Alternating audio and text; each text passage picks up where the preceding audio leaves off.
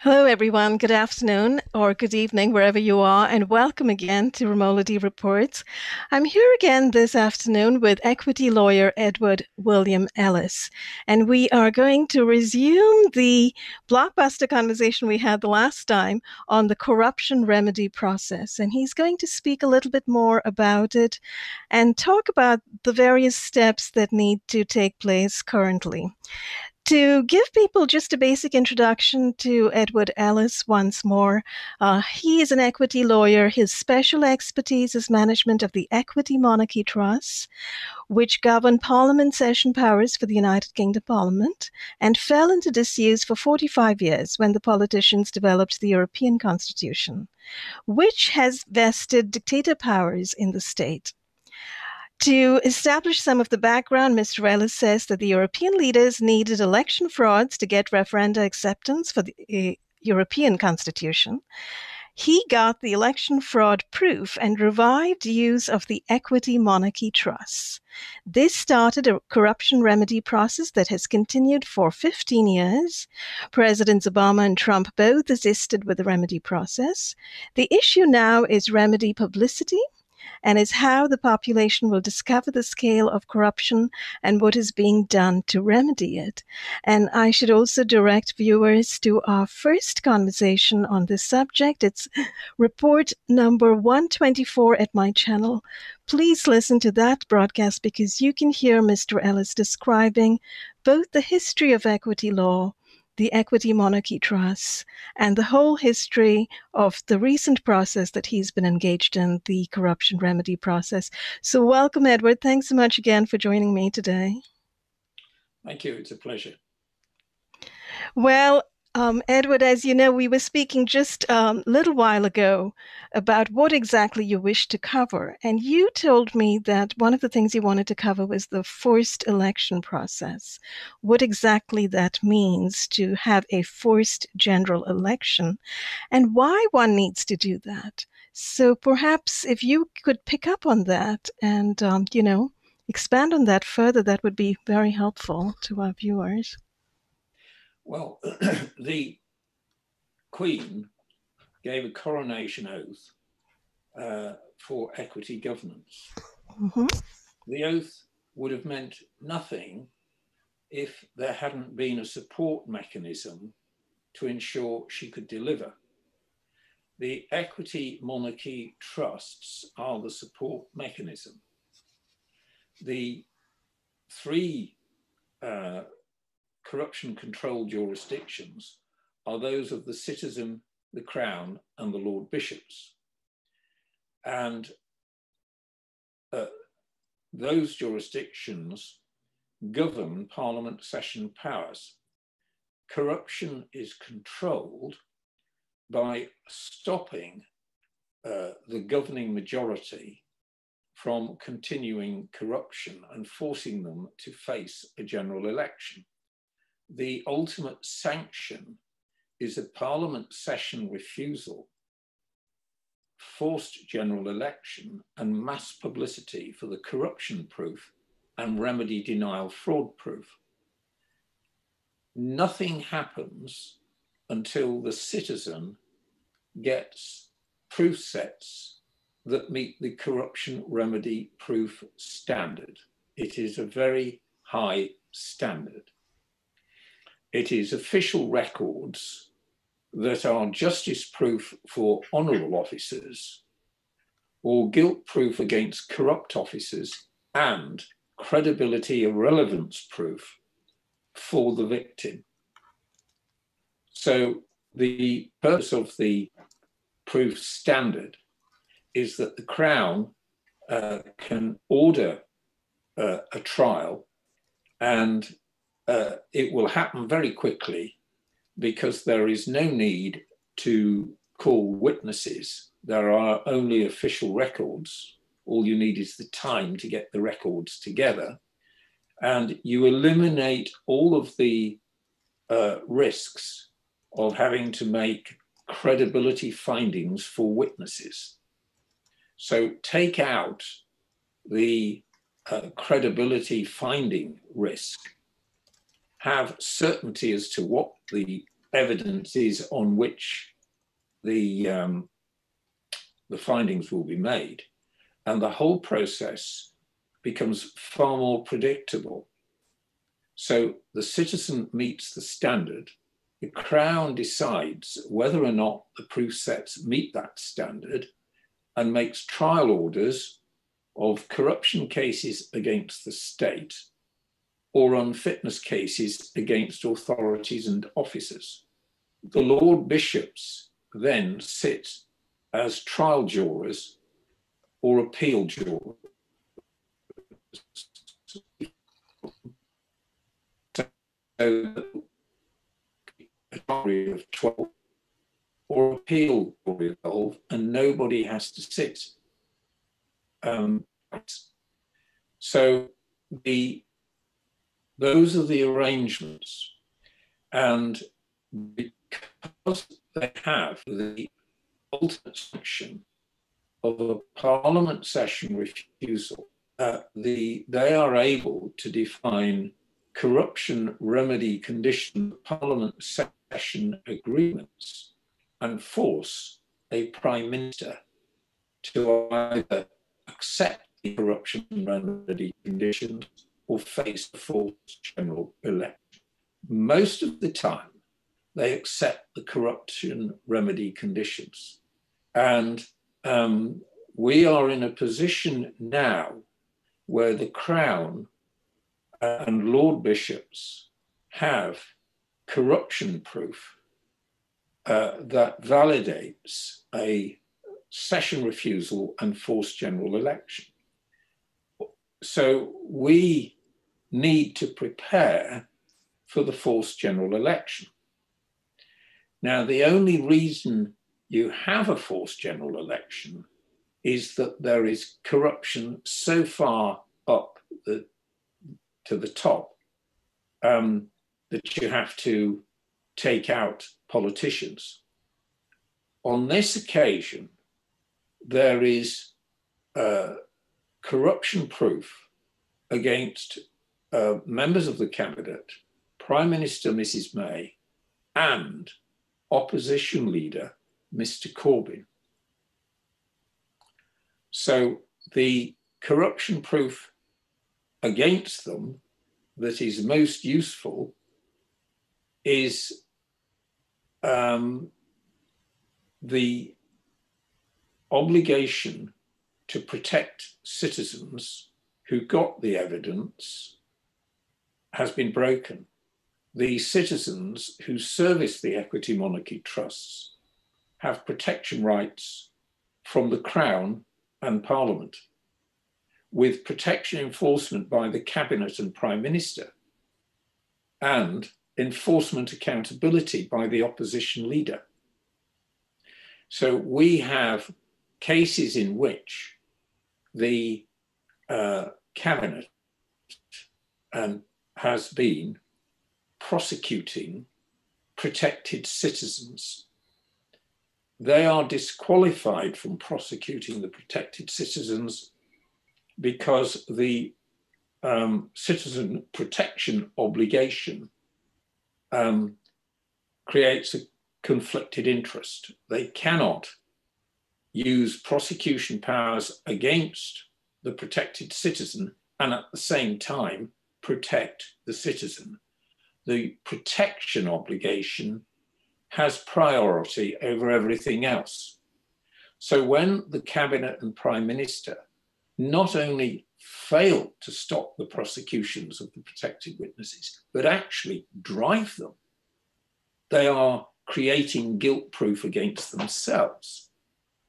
Now, the opposition leader has a duty to call the Cabinet and Prime Minister into account for the protection failures.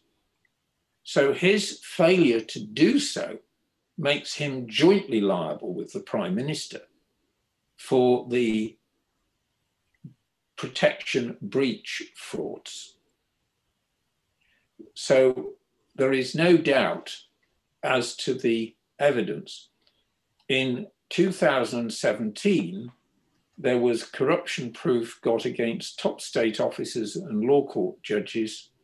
The Crown and Lord Bishops used it to decide the corruption remedy conditions for 2017, and they needed an election-free period to enable a long session to take out the corruption controllers.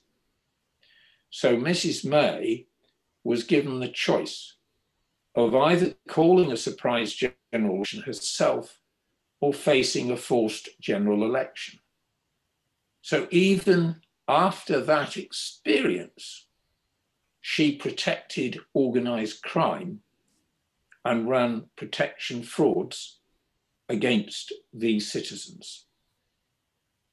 So the Crown and Lord Bishops have everything they need for the Parliament session refusal and forced general election.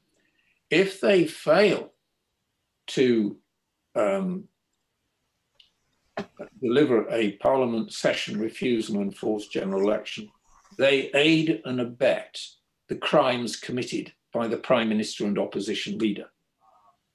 So no. That's the position we've got to. So we now need to make the special arrangements for a forced general election. So does that explain enough for us to move on to the It does. I think it sets the basic context over here. I had just one question about the opposition leader, because you mentioned he could play a part in this. Has the opposition leader been apprised of this situation, and yes, what has been his response? Well, what happened with, I was hoping to avoid the history. But you've asked a question. Oh, we don't have to go deep into the history that we've already covered. Well, it is, yes, but you've asked about the opposition leader and basically the guilt proof against him. And the Prime Minister, Mr. Cameron, serviced the corruption remedy process. Organised crime needed to get rid of him. They planned a ruin fraud against him. The ruin fraud needed internet publicity by an innocent agent, censorship motive proof against the Prime Minister, a framing fraud against the innocent agent, and exposure of it timed to do maximum damage to the Prime Minister. Panama Papers Week prepared for a framing fraud exposure week. It didn't happen. I found the case. The innocent agent cooperated. We got criminal conspiracy proof against the judges in time to stop framing fraud exposure week. So that left the organised crime with the framing fraud appeal, and the innocent agent and I offered immunity to the police officers who were involved in the case. They could have immunity in exchange for full disclosure about the framing fraud orders. The police officers wanted immunity deals. So the organised crime, the protection fraud network, which is probably a better phrase to describe it, their business was organised crime, but they were delivering protection frauds, and organised criminals were doing the basic work. So the protection fraud network had to use intimidation frauds to get repeat perjury out of the police officers at the framing fraud appeal. Now, Prime Minister Mr. Cameron was unable to do anything about the ruin fraud against him because the priority then was the Brexit referenda campaign. He led the Remain campaign. He lost. He resigned. It was an honourable resignation. It was the right thing to do, but it meant he was no longer in power to deal with the ruin fraud against him. The ruin fraud needed top media managers and top politicians. Home Secretary Mrs. May was one of the ruin fraud conspirators. She won the leadership election and the office of Prime Minister. Her priority should have been to protect all prime ministers by remedying the ruin fraud conspiracy against Prime Minister Mr. Cameron. She did nothing of the kind. She provided protection frauds for the ruin fraud conspirators and the protection fraud network. The judges who'd committed the frauds in order to try and ruin a prime minister had protection frauds from Mrs. May. Opposition leader Mr. Corbyn has known all about this. Okay. After the 2015 general election, or about that time, I did a protection test of House of Commons Speaker, Mr. Bercow. He failed the test. The function of the test was to prepare for when we had all of the evidence we needed and corruption cases against top judges were in Parliament. Because House of Commons Speaker Mr. Bercow failed the protection tests, the remedy jurisdiction tests, all of the remedy process emails to Parliament were to the Prime Minister, Cabinet officers, the opposition leader, and others. So Mr. Opposition leader, Mr. Corbyn, acknowledged some of those emails. They were automatic acknowledgements. There came a time when he stopped. So he cannot deny knowing about the remedy process. The other thing that is relevant, he cannot credibly claim he did not know why the 2017 general election was called. None of them can deny that. They might not have been told at the time. There were cabinet ministers who were saying that they did not know about was going to be a general election until it was announced, or on the day it was announced. There was a cabinet meeting before the Prime Minister spoke. Well, she didn't tell the nation why she was calling it. And so the long and short of it is, opposition leader Mr. Corbyn has known about the remedy process and has had many opportunities when he could do something. He did nothing.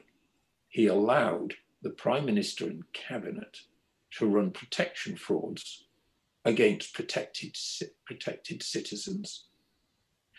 It's that quality of evidence that the Crown and Lord Bishops need in order to run the Parliament session refusal and forced general election. The whole process has to be managed in such a way that nobody says the Lord Bishops and the Crown got it wrong. That's why we use the corruption remedy proof standard. It is why citizens who service the equity monarchy trusts have protection rights. It's so that the cabinet, prime minister and opposition leader have personal responsibilities for protection rights, and the breach of them is guilt-proof against them. So what we now need to do is to prepare for a forced general election where the party leaders of the two biggest parties are guilty of the corruption that made it necessary to call the forced general election. So I do not need to get the mass media to cover what I'm doing. The mass media know what I'm doing. They know about the interviews with Sean Maguire and you. They do? Well, I guess now it's public, it's out there. But yes, indeed. So one of the preparations for the forced general election is to see how the media responds to it coming in the public domain. If they choose to pretend that nothing is happening, then it influences the detailed management of the forced general election. Now, what we need in every constituency are credible independent candidates who can be used as substitute candidates for party candidates who are discredited. The forced general election is going to flush out an awful lot. The selection committees responsible for choosing candidates, in many cases, will be surprised what there is to be found out about the discredited candidates. But after candidate closure day, there will be nothing they can do. Now, if I may ask, who is going to make these announcements and establish candidate closure day and the actual forced general election and so forth? Well, for every election, there is a process. It includes people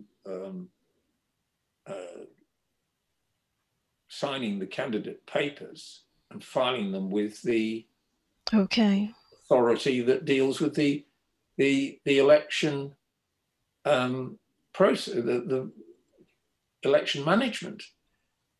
You don't have people joining the election halfway through it. You start the election. Election order needs the candidates to know who each other is and the voters to get used to who there is, and for them to have a campaign period until election day. So that would be the same kind of process that's normally followed? Yes, but after candidate closure day, the party managers might find themselves with an unelectable candidate.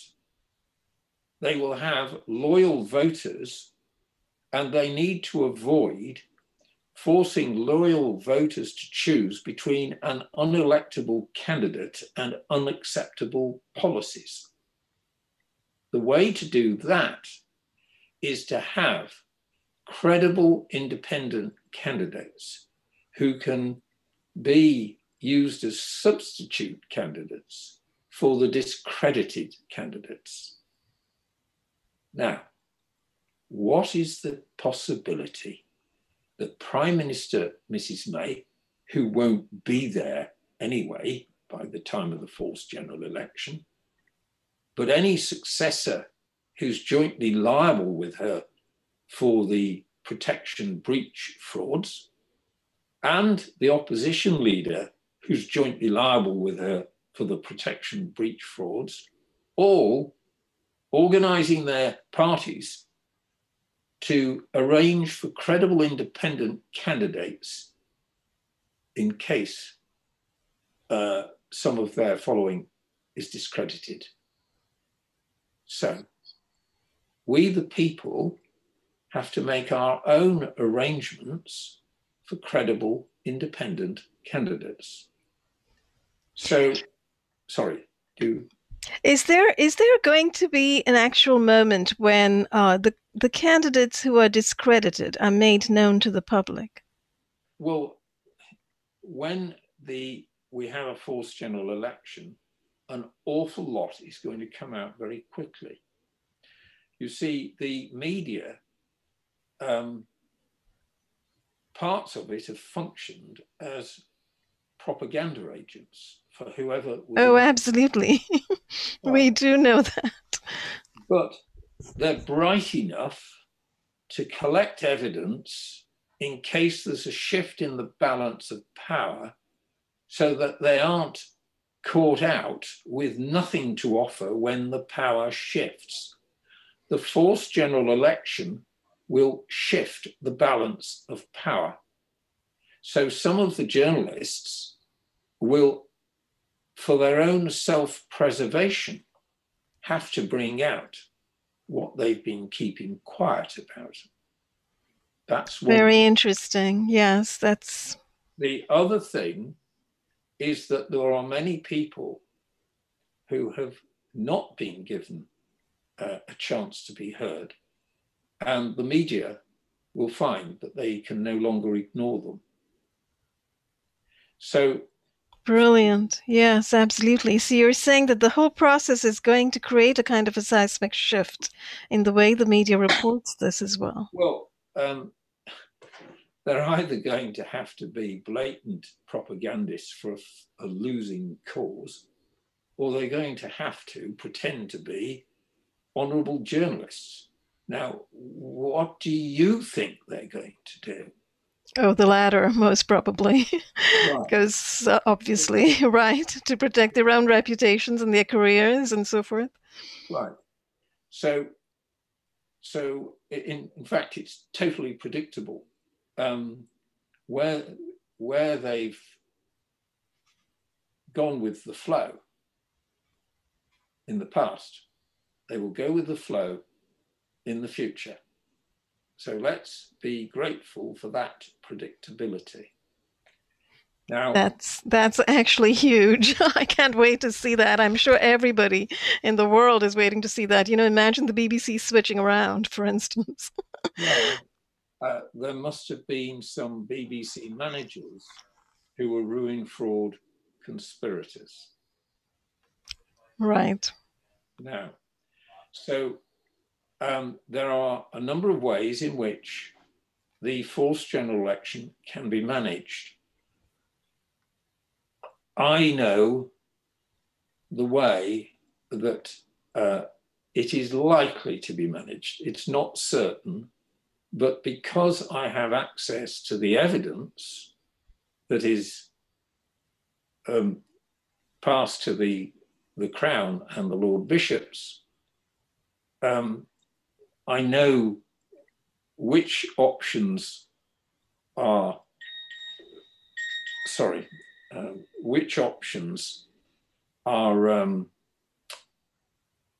unlikely to be followed, and those that you're left with that become progressively more inevitable. Now, I'm not going to say what they are. So far as I'm concerned, the media have a chance to cover this, and the party leaders have a chance to deliver remedies and expose the corruption that they have been concealing.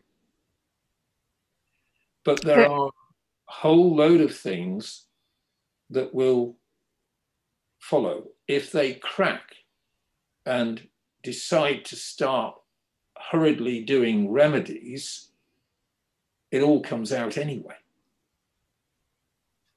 Doesn't And matter which way. We are that's very running, interesting. the process is being managed to see who cracks. Throughout the process, there have been people deserting the protection fraud network. Some of them have suffered because they did. They might have had career damage, but they are far better off because they got out.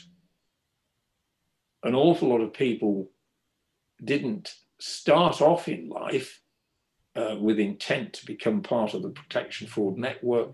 They just got sucked in, and in most cases did not know how to get out.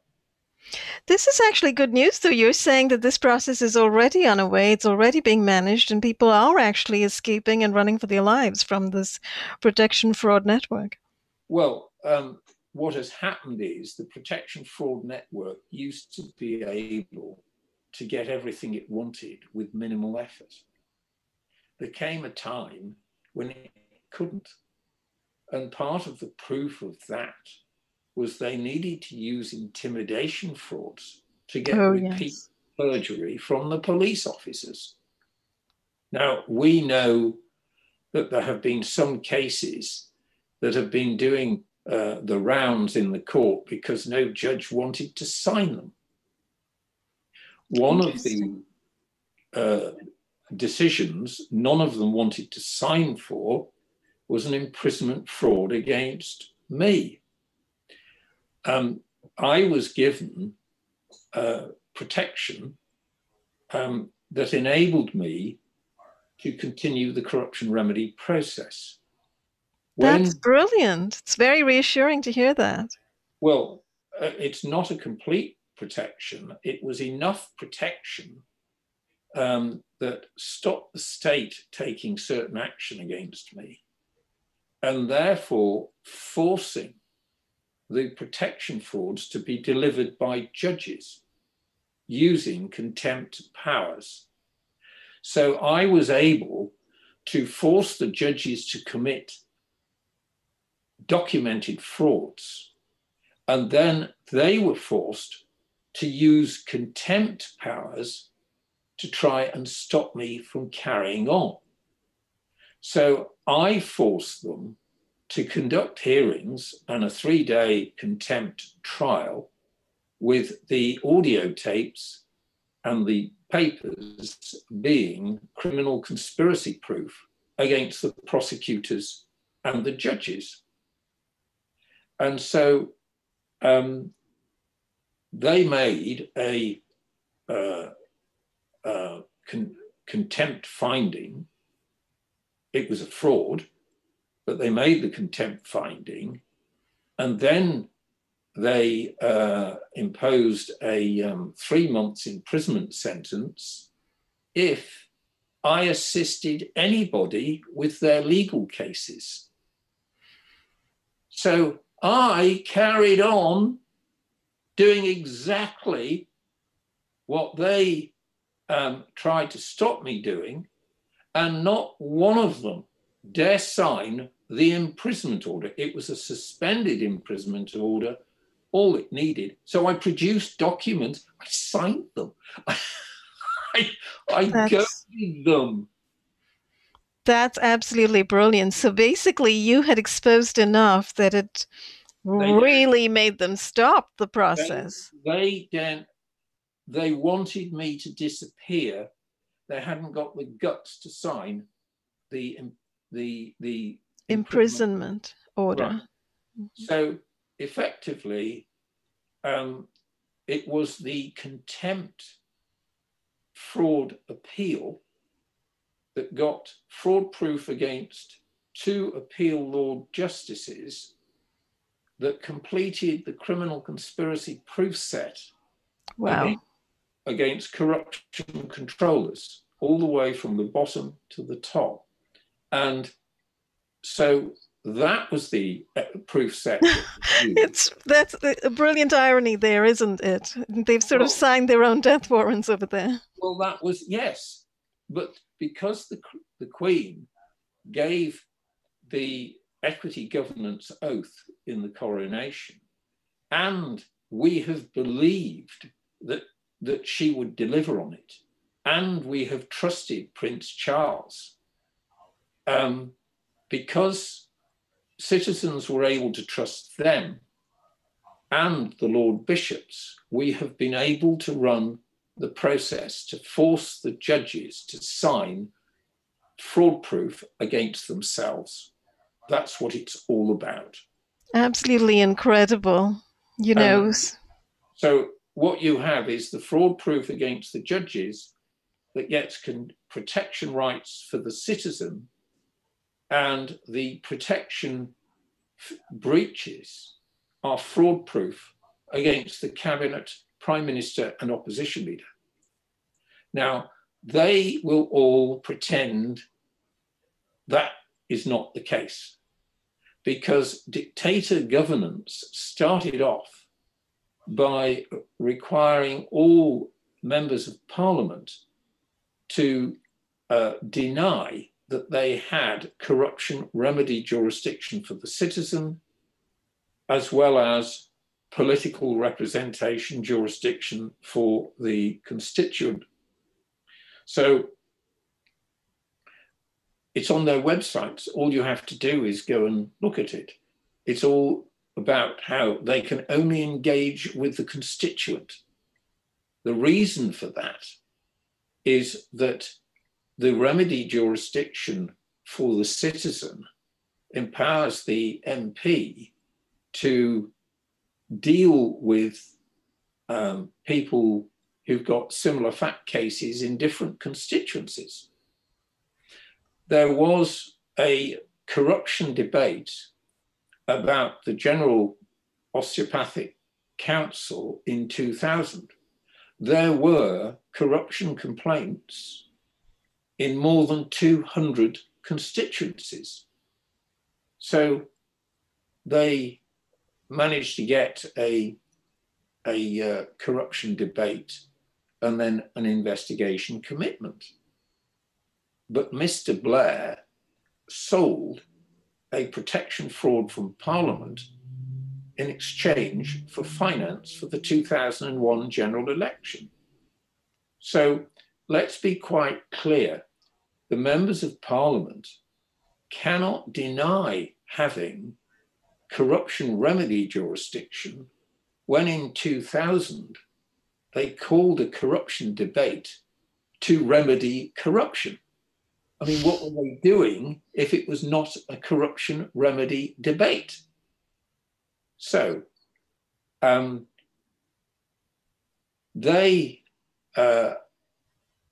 honourable members of Parliament acknowledge that they've got a corruption remedy jurisdiction that they cannot use because dictator governance has empowered corrupt MPs to stop them doing anything, to penalise them for running remedy management.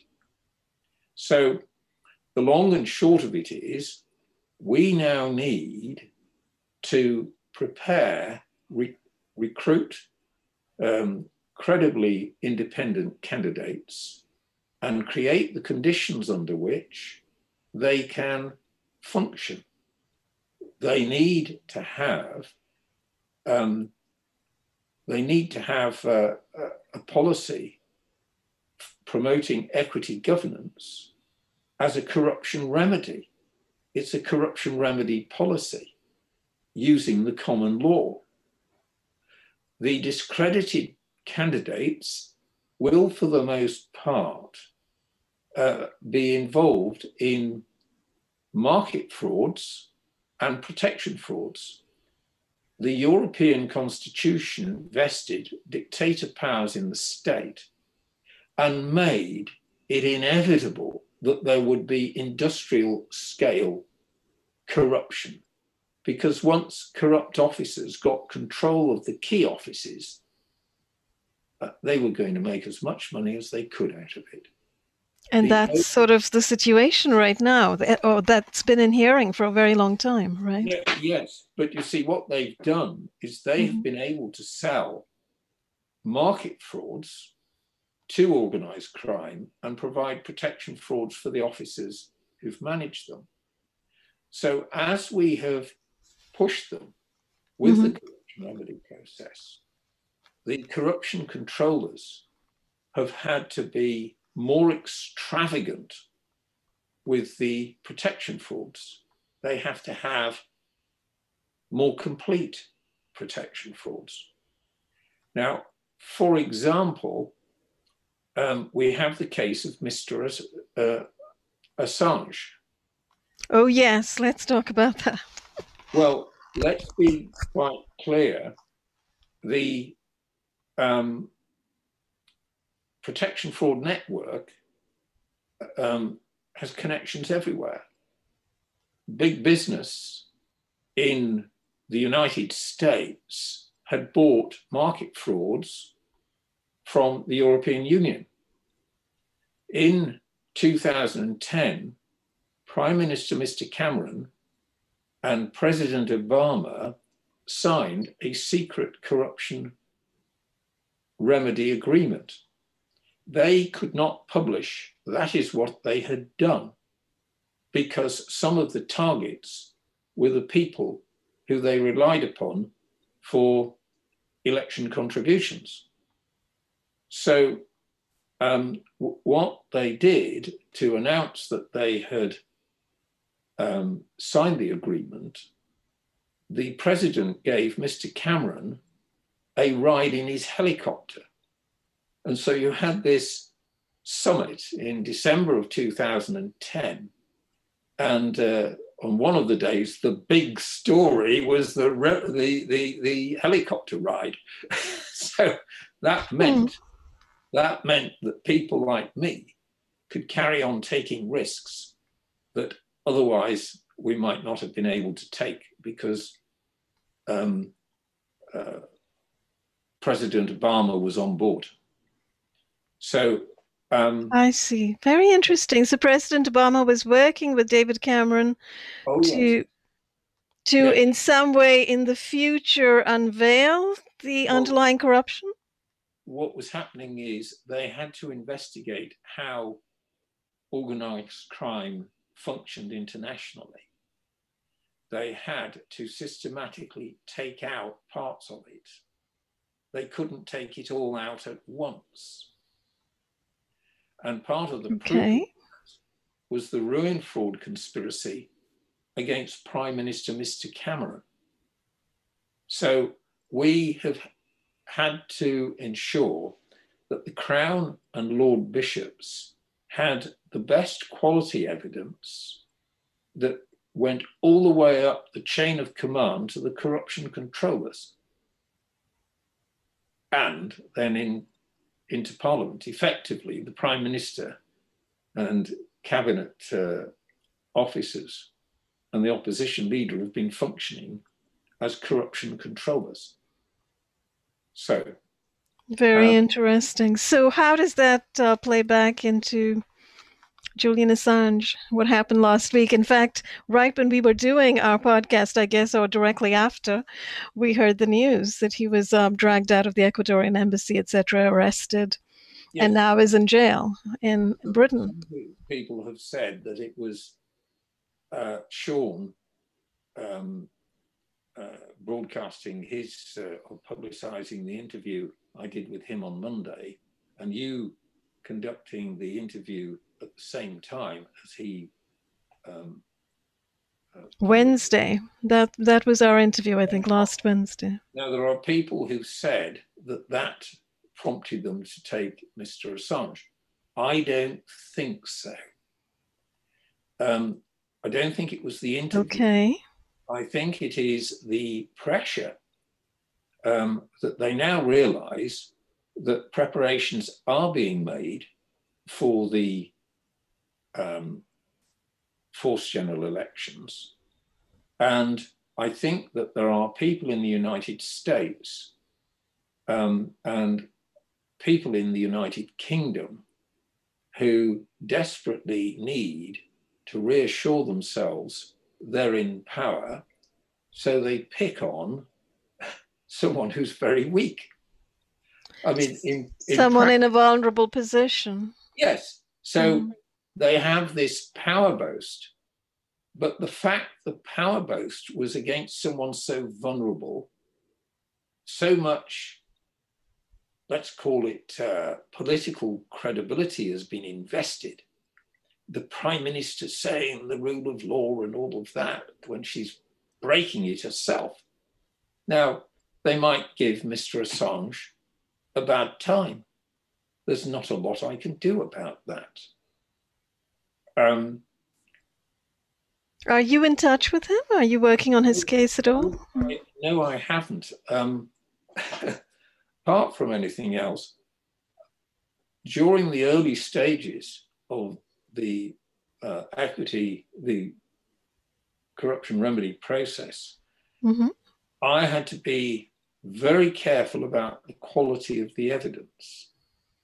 So I needed cases where there was no doubt at all. They were guaranteed to get the corruption findings, remedy entitlement findings, and remedy priority findings, and then remedy failure findings, unfitness findings, dismissal findings.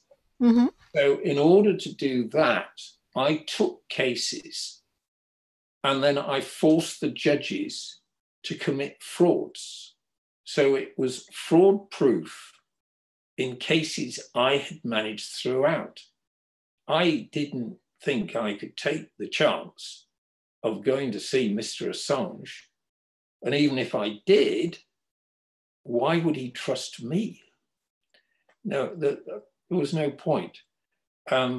So I just took the cases that I believed could do the greatest damage to the judges and left some of the other cases to, well, the media gave whatever attention they did.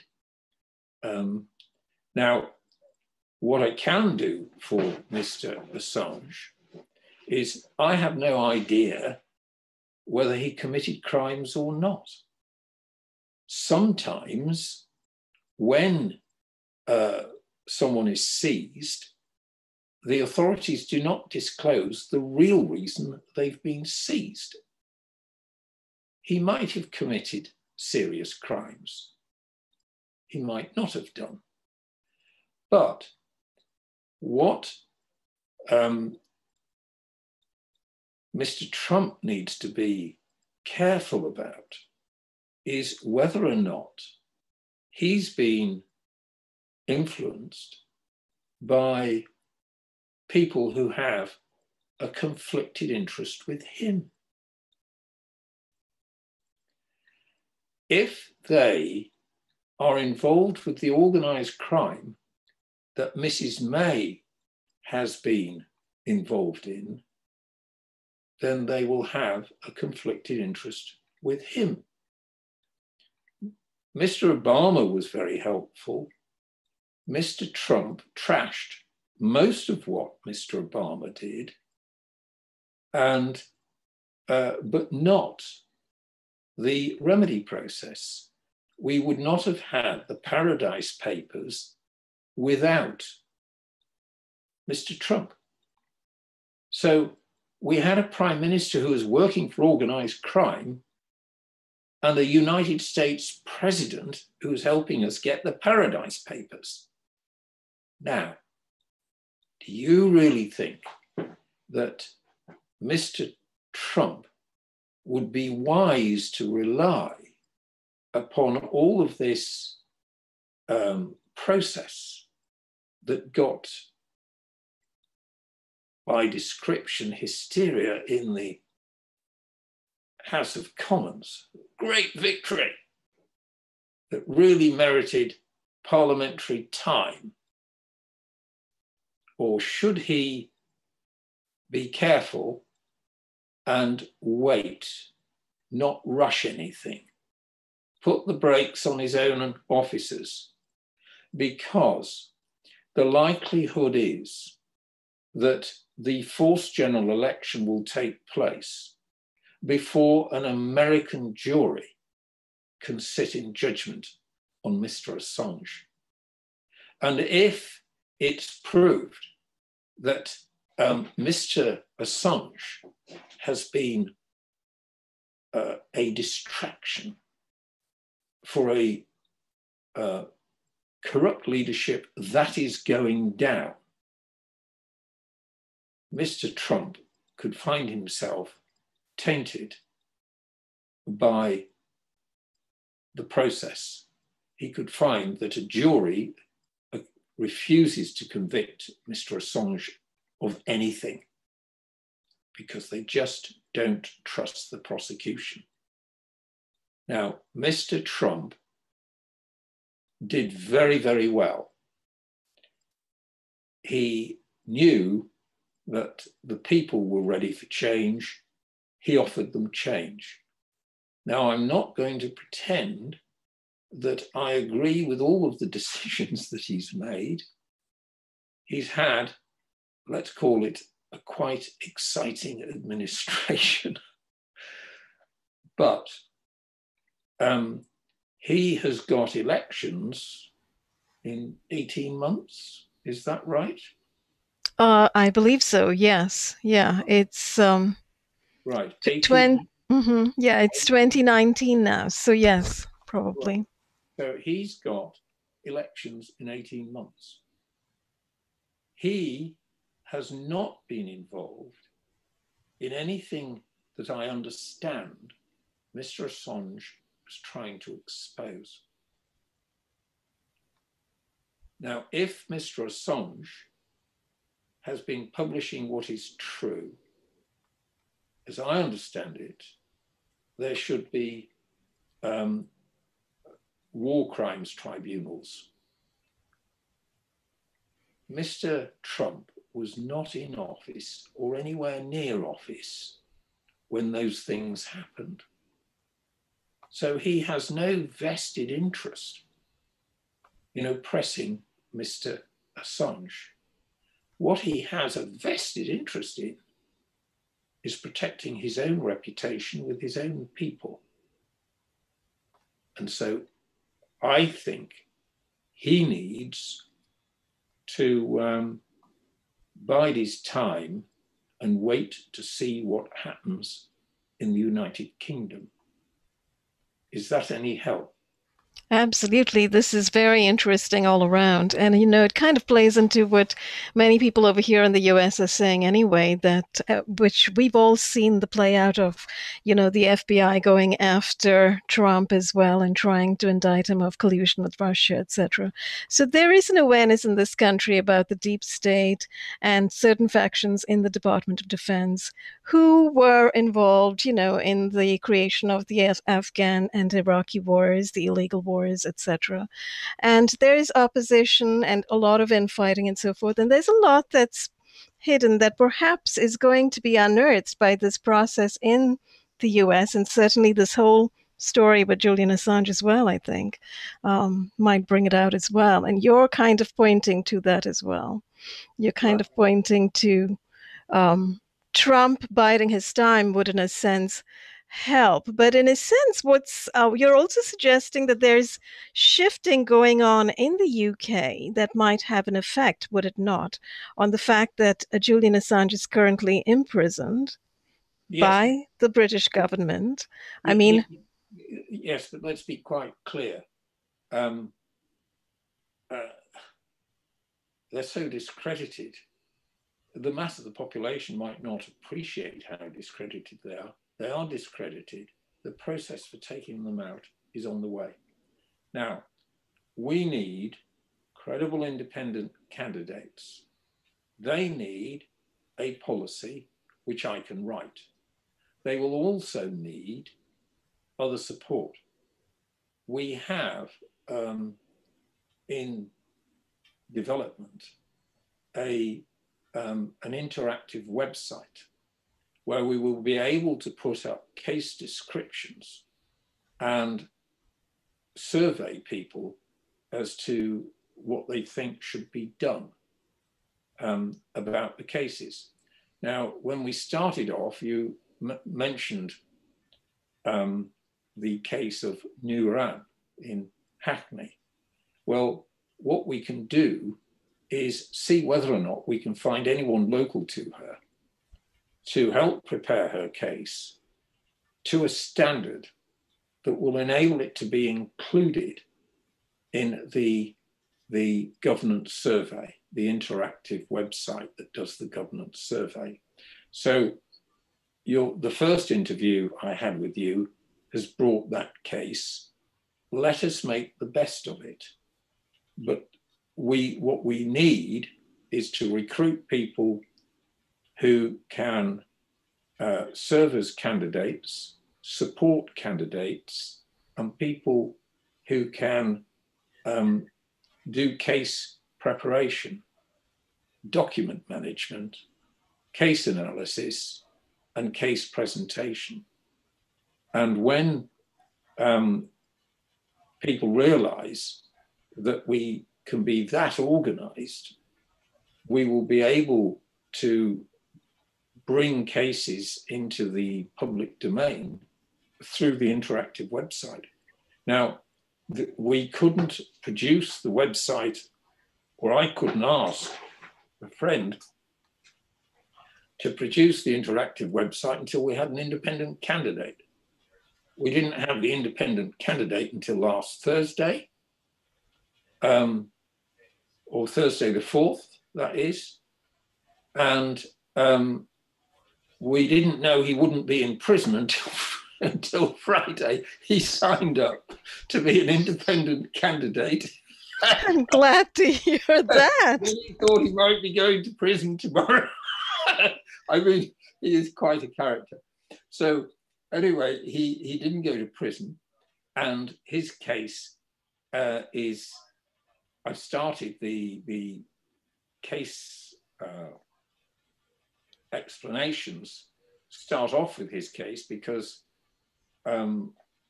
it's his case that will do the trialing of the system. I don't know. Wow. I don't know when but can you imagine having to prepare for an election? He's a political novice. he gets out of jail. But it speaks and then he's got this support. So we might not be able to achieve much with the first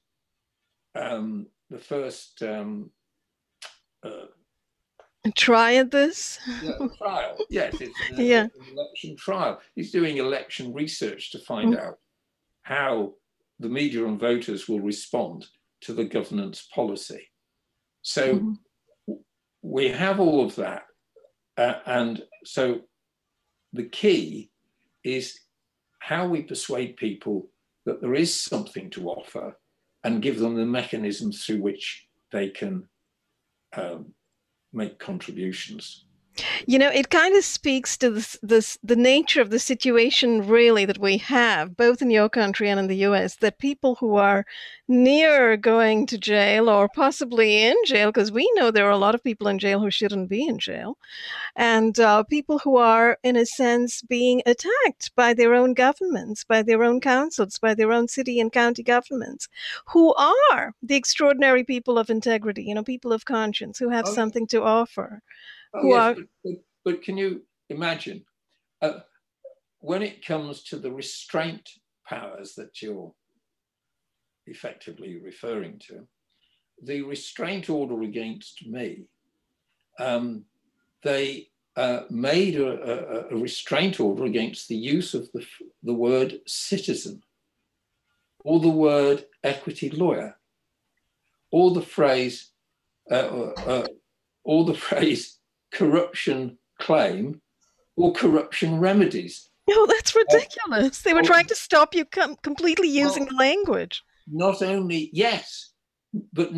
that, they wanted to circulate all of the court officers in the country that if anyone produced a document in which the claimant or applicant referred to themselves as citizen, they were to refuse to issue it. Oh my.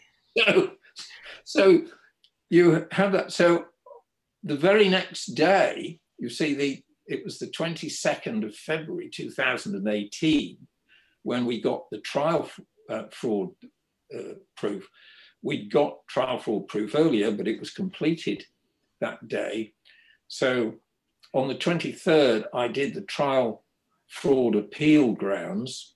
And then that evening, the independent candidate, as he is now, he had sat through 3 days of the trial and asked me for his help. And then he agreed I could use the first nightmare experience he had for sensitivity testing of the protection fraud network. And we got a super sensitive result.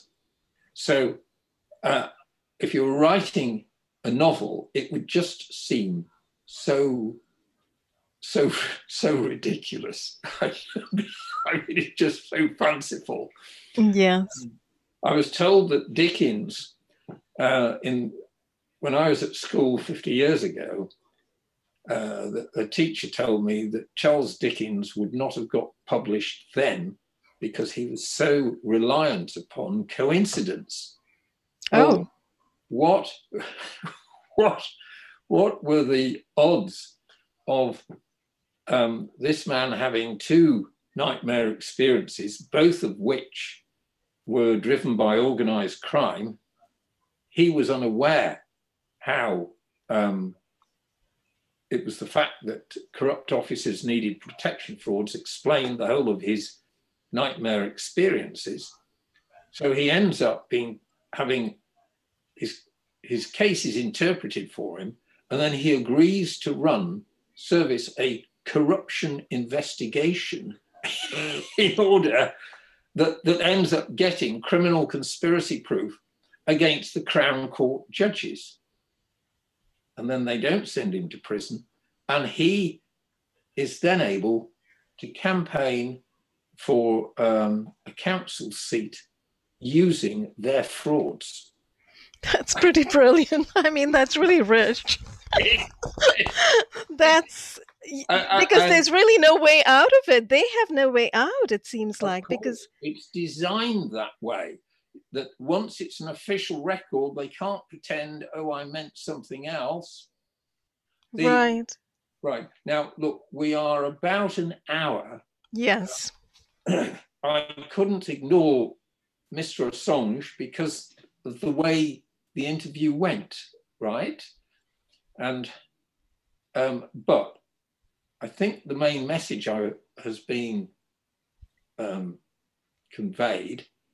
There are other things that we will need to do, and hopefully your audience will be interested in as we progress. But let's be quite clear. Sean Maguire's audience and your audience, and then some other audiences, ensure that it is so far in the public domain that the mass media cannot credibly ignore it. And the fact they do ignore it, which is what I expect them to do, will be evidence that influences the decisions on the detailed management of the forced general election. So, very interesting. So whichever way you look at it, their response is going to modulate the next phase of this management process. Well, yes. And let's be clear. I think the very fact anyone is talking about credibly independent candidates having, let's call it a credibility policy. I called it a corruption remedy policy earlier, an equity governance policy. It is in fact a credibility policy. And that there are arrangements being made that so long as they have some people to help them locally, they've got some support before they start. Absolutely. And it will transfer to other jurisdictions. So this is the point at which, Edward, you've already started to set up a website, as you say, so you can actually eventually direct people to the website and basic information on this matter, how they can participate. I can't refer them to the interactive website until my friend has completed producing it. And it won't be as sophisticated as it might have been if we'd had the money that the major political parties have got and we'd had the time to organise it. Sure. But what matters is that, one, I say what needs to be done for fair elections, a fair forced election, where the major political parties have not cooperated in the fairness. And secondly, I demonstrate how the credible independent candidates can present with credibility and have some support. So, and the interactivity, so that the people who have got grievances have got somewhere they can go where the grievances are concentrated. So we have access to what hasn't been given attention. Brilliant. And I would imagine many people would come forward with their grievances once they find out there is a place that they can bring them to. Well, yes, but Nuran has demonstrated that. She's responded to just the interview. So let us see if we can use her case to pull together the support mechanism, or discover that we can't do that. And that itself will influence the detailed management, all of it. If we are able to manage everything ourselves, great. If we can't, the Crown and the Lord Bishops are going to have to make decisions that level the playing field. I see. And I'm fairly confident that some of the proposals that I will make later on will be satisfying for them to receive them, because it eliminates the risks of corrupt party leaders and top media managers who are involved in the ruin fraud corrupting the forced general election. We will, and I think that we will have a set of circumstances in which no one can criticise the Crown or the Lord Bishops. They can just rejoice that they've had the courage to run the decisions that have got us here, and then have the courage to make the decisions I think they're likely to make. That's pretty brilliant. I think a lot of people would applaud that moment if it ever transpires, and you're suggesting it's definitely headed in that direction. So are you issuing a call to action at this point, Edward, as we think about wrapping up this evening's conversation? Well, when we've got the interactive website is when we can ask people to look at the website, realize what's involved.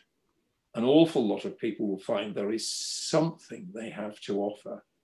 You ask people for too much, you get nothing. Ask them to do a bit that they can do, and sometimes they find themselves wanting to do more. That's very true. So you're kind of moving through this step by step, is what you're saying. Yes, and you will get to that point shortly. And you've been very helpful helping with that process. Oh, you're very welcome, Edward. I'm glad to be here and glad to offer what little platform I have over here, so that the information that you have can be shared with the world. It just seems pretty earth-shaking to me. And I'm surprised that bigger channels and, journalists aren't covering this. But I'm really glad you're doing it over here. We're pretty much having a casual conversation, and you're spreading the word to everybody. So we're all grateful to hear this information. And as I said before in the last conversation, I'm hoping the ripple effect comes over here to the US. And from what you're saying, especially through Julian Assange and Donald Trump, there's a possibility that it might indeed. Yes. Yes. So on that note, Edward, I thank you very much for coming forward this evening to share your information. Is there anything you'd like to say in the way of last words before we leave this conversation? The last time you asked me that question. I asked you a long question, right? I don't mean to. I don't mean to stretch this on forever. Right. No, I think what we'll do is we'll give your audience a rest. They've had enough with just over an hour, more than an hour, and they can have the next bit when it's right to present it. Wonderful. All right. So thanks so much again, Edward. Thanks everybody for watching. And I'll switch off right now. Stay tuned to this story and, stay tuned. I'll try to put out more of a write-up on this subject shortly. And, I'm sure we all look forward to hearing more from Edward when he comes back the next time. So thanks everyone and have a good evening or good night. Thank you. You're welcome.